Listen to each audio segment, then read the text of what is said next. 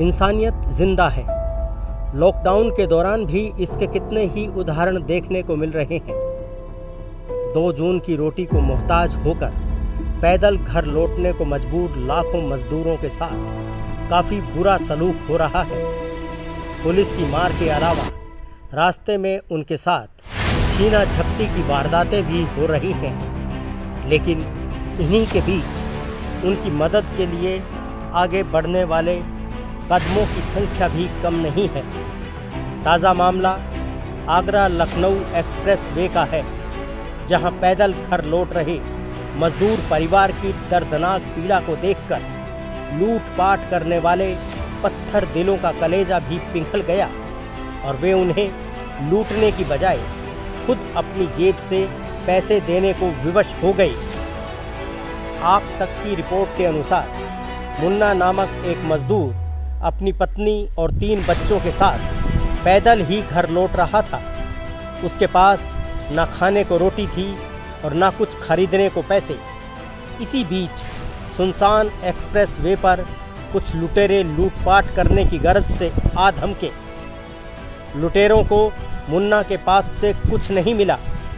इसके बाद जब उन्होंने मुन्ना की आप बीती सुनी तो उनका कलेजा ऐसा पिघला कि मुन्ना को 5,000 रुपये दे दिए, जो शायद उन्होंने कुछ देर पहले किसी और राहगीर से लूटे थे।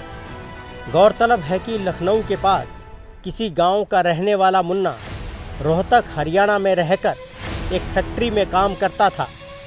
लॉकडाउन 3 से पहले तक वह थोड़ी बहुत जमा पूंजी से गुजारा चला रहा था, लेकिन लॉकडाउन 3 लागू होने के बाद दाने दाने के लाले पड़ गए और मजबूरन उसे गांव जाने का निर्णय लेना पड़ा।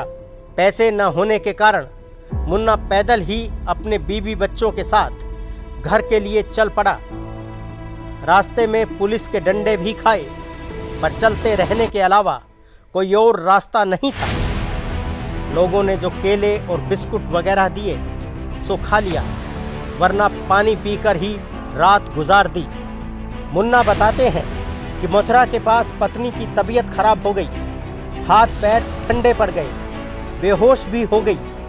हम भगवान से दुआ करने लगे कि हमें किसी भी अनहोनी से बचा लेना, हम अकेले घर नहीं जाएंगे। रात के करीब 1:30 बजे का वक्त था।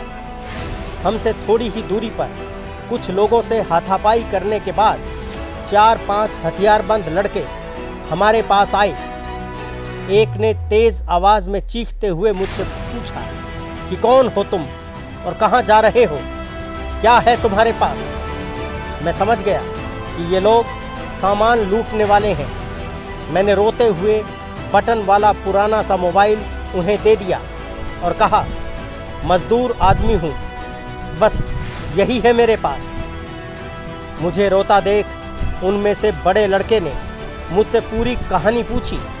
मैंने बताया कि कैसे मैं रोहतक से चला और लखनऊ के पास तक जाना है, बीवी बीमार और हम भूखे हैं। इस पर पता नहीं उनमें से एक ने क्या इशारा किया कि दूसरे लड़के ने मेरे हाथ में 500 रुपये के कई नोट रख दिए।